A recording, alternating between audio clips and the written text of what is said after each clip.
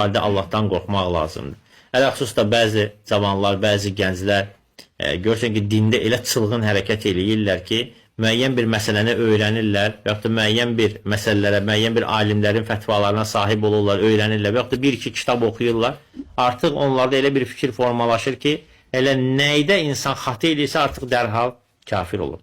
Hətta elələri var ki, yəni öz fikirlərində olmayanlar barədə hamısını barədə kafir hökmü verirlər. Hamısı barədə kafirdir deyə düşünürlər.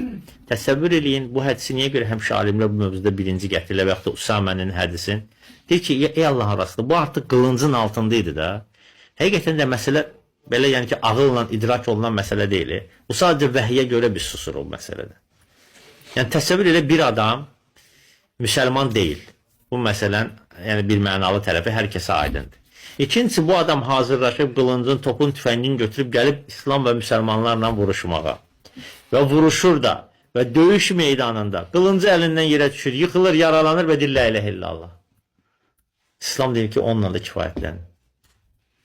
O hala deyir, ey Allahın Rasulü, o qorxusundan dedi, qılıncın qorxusundan dedi, ölümün qorxusundan dedi.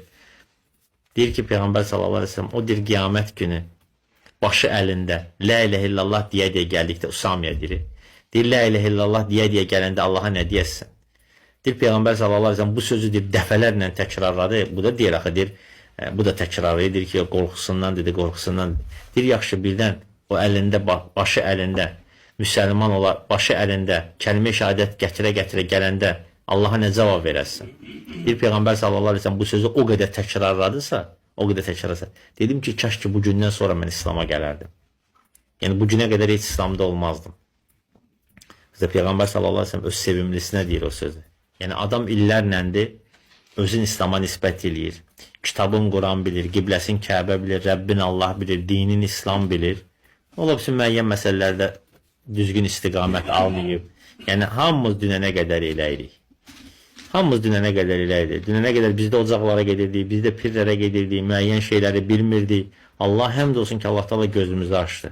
Sən nə bilirsən, bəlkə o da bilməməzliyindən dolayı Allah Taala ona əzab verməyəcək. Allah Taala bəlkə onun cahilliyinə görə onu bağışlayacaq, onu üzürlü görəcək. Ona görə heç bir müsəlmanın ixtiyarı yoxdur ki, özün İslam'a nisbət eləyən şəxsə, madəm ki onun apaçıq şəkildə küfür etməyibsə və o küfürdən sonra da ona höccət qalxıb bəyan edilməyibsə, alimlər, möhtəbər elm əhli tərəfindən heç kimin ixtiyarı yox. Deyirlər ki, biz alim gətirək, kimsə təkfir eləməsə. Deyirlər ki, sən vacibsən, sən işindir, sənin zəruriyyətindir, sənin vəzifə borcundurmu ki, insanlara kafir demək? Sən niyə alim axtarır? Niyə ona ümumiyyətlə onu kafir deməlisən ki, hər bir alim də tapıb gətirəsə ki, ona höccət qaldırasan? Zahiri ilə kifayət çıx get də. Yəni Allah Taala bizdən onu soruşmayacaq ki, insanlara niyə bu adı dedik, bu adı demədik.